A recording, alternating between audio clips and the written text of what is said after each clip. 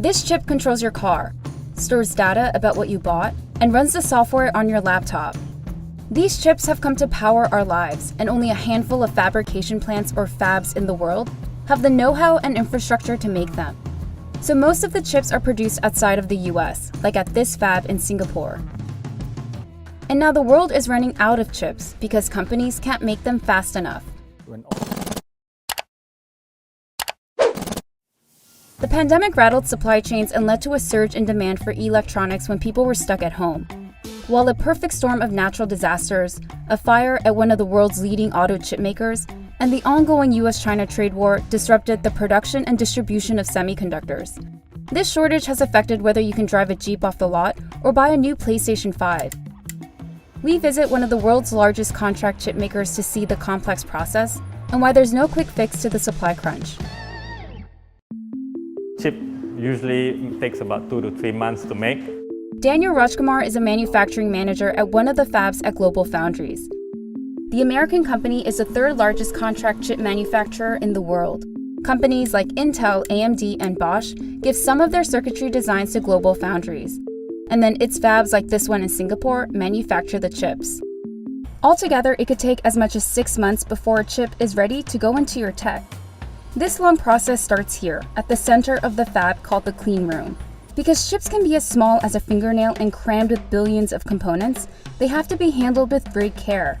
Global Foundries says this clean room is 1,000 times cleaner than an operating room.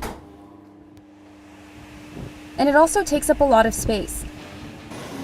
It's also yellow in here because chips are sensitive to UV rays, and this lighting has none of that. The starting material for any chip is here in this room. These super thin discs are called wafers and made from silicon. Eventually, one of these will produce about 1,000 to 1,500 individual chips. But before it does, the wafer is placed in a special container. Each carrier can hold up to 25 wafers, and there are about 4,000 of these moving around the facility at one time. So never once during manufacturing does the wafer come in contact with any of the workers. These raw wafers are cleaned before starting a process that Rajkumar describes as similar to making layered cake. That creates a protective coating. Next is a layer that makes the wafer light sensitive, so it's ready for one of the most important steps called lithography. One lithography machine can cost anywhere between $25 million to over $100 million. And that's because it's responsible for adding layers of the circuitry, basically electronic components like transistors and diodes, that allow the chips to eventually store data or run apps. Inside this pink box is a photomask, which is like a glass stencil, and clients send these directly to Global Foundries. The lithography machine blasts UV light through the photomask and prints patterns on the wafer over and over again. The difference between an advanced chip for a 5G smartphone versus one for your credit card comes down to the type of wavelength that's used. Shorter wavelengths mean you can etch finer features and get more performance out of the chips. Some of these transistors are so small that they're measured in nanometers and compared to DNA strands. Once a circuitry pattern is imprinted, the wafer has to be charged. Many of these steps are repeated hundreds of times before the fabrication is complete. And to get to this point, these orders have to be made at least a year in advance. The finished wafers are tested, then finally sliced into individual chips.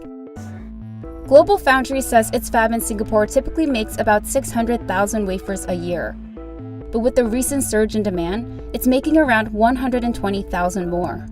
Tan Yu Kwong is the Vice President and General Manager of Global Foundries Fab 7 in Singapore, and he says there's no quick solution. It's not just a backlog of equipment, but Tan says expanding or building a fab from the ground up would require deep investments, more than the $1.4 billion that Global Foundries has already committed to spend this year on expanding its 3 fabs around the world. So to fill as many orders as quickly as possible, the company turned on idle machines and opened this factory control tower. Engineers here have a bird's-eye view of the entire fab, and the green boxes show which machines are running at max capacity. Before this control tower, when there was a problem, engineers had to sort through data and piece together information themselves. Tan says any time saved is precious, but to truly address the shortage, the company is working more closely with its clients, suppliers, and the government. There's no reason why Americans should wait. We're investing aggressively in areas like semiconductors and batteries. The Biden administration has proposed $50 billion to boost America's chip production. That's because while the US is one of the largest semiconductor markets, the majority of the complex and expensive manufacturing happens at a few companies based in China and East Asia. This concentration of fabs means any disruption to the supply chain, like a drought in Taiwan or political tensions with China, can have big ripple effects, especially when global demand is expected to grow by more than 12% this year. To meet that demand, the Chip Industry Association says it will require an investment of $3 trillion globally over the next 3 decades. So for us to buy new devices, Tan says his fab will work around the clock as it turns this challenge into a business opportunity.